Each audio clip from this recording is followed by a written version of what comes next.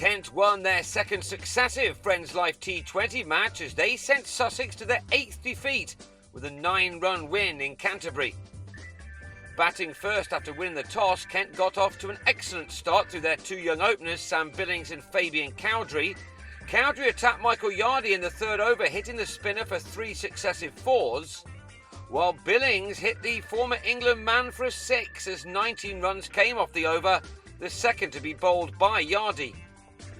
He was replaced by Lewis Hatchett, who was also struck over the ropes by Cowdrey, as this pair of batsmen put on 60 in the first 5 overs. Billings fell in the 6th for 24, missing another attempted big hit off Chris Liddle to be bowled. Cowdrey is a name steeped in Kent history, of course, but it's hard to imagine that any of his famous relatives played shots such as this one which gave the 20-year-old his second maximum. Liddle then got his revenge almost immediately with his second wicket of the over, his slower ball getting shot of Cowdrey for an exciting 40, which had been made off only 21 balls. Things momentarily quietened down, although Darren Stevens did seem to enjoy the leg spin of Will Beer.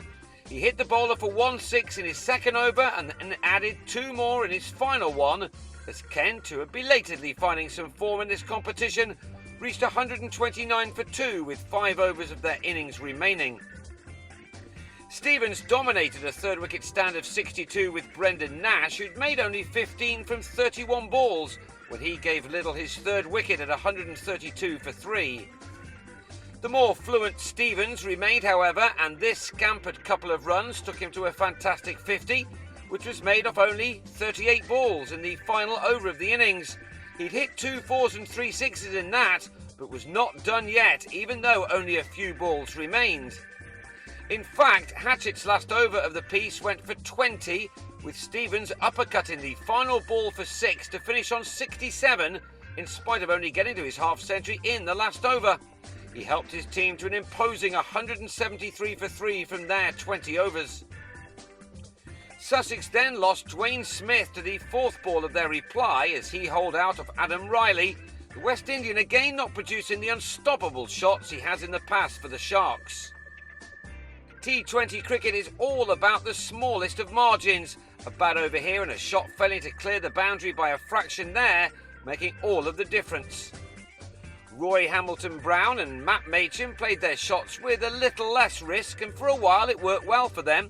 Machin still played some cracking shots as he and his partner took the total to 46 for 1 after 7 overs, leaving 128 to get from the final 13 at almost 10 runs per over.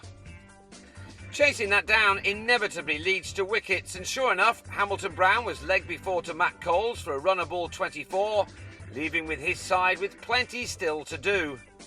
108 were wanted off the second 10 overs, and now both Machin and Chris Nash picked up the pace with the first maximums of the innings. Machin's came off Cowdrey, while Nash took on Coles, even though such shots were not frequent enough for the visitors. Machin is clearly a player with a very good future ahead of him, and he proved that by going to a 50 or 40 balls with 5 4s and that 6, but he could still only help his team to 114 for 2, with 2 runs per ball now required in the final 5 overs of the match. Stevens then picked up the crucial wicket of Nash for 31, Billings with the important catch at deep square off a fiercely struck shot, either side of the fielder, and it would have been another 6. So now the Sharks look to Machin, who struck 10 off 2 balls, including this maximum, to take the target down to 46 off the final 4 overs. Machin now needed to take his side home, but instead on a 48 ball 67, he could only find Billings in the deep off Vernon Philander, and with that Sussex's hopes of winning diminished greatly. By the time that Philander began the penultimate over, 34 was still required, and even this big shot from Ed Joyce was not going to be enough. When he sacrificed his wicket to keep Scott Styris at the crease, Coles with a throw from the boundary, it left the Sharks with 23 to get off the last 6 deliveries. Mitch Claydon's first ball was a dot, his second being struck for 4 before Styris smacked the third for a huge 6. Had he repeated that next ball, then a few nails may have been lost in the crowd. Instead, he couldn't quite get enough off his shot, allowing Nash to end the game with a catch. Only 3 more runs came off the last 3 balls, and that gave Kent their second successive win. Again, Sussex had ended up on the wrong side of a close result, losing this one by 9 runs to move to the foot of the group. They will most likely be happy when they can get back to the longer forms of the game.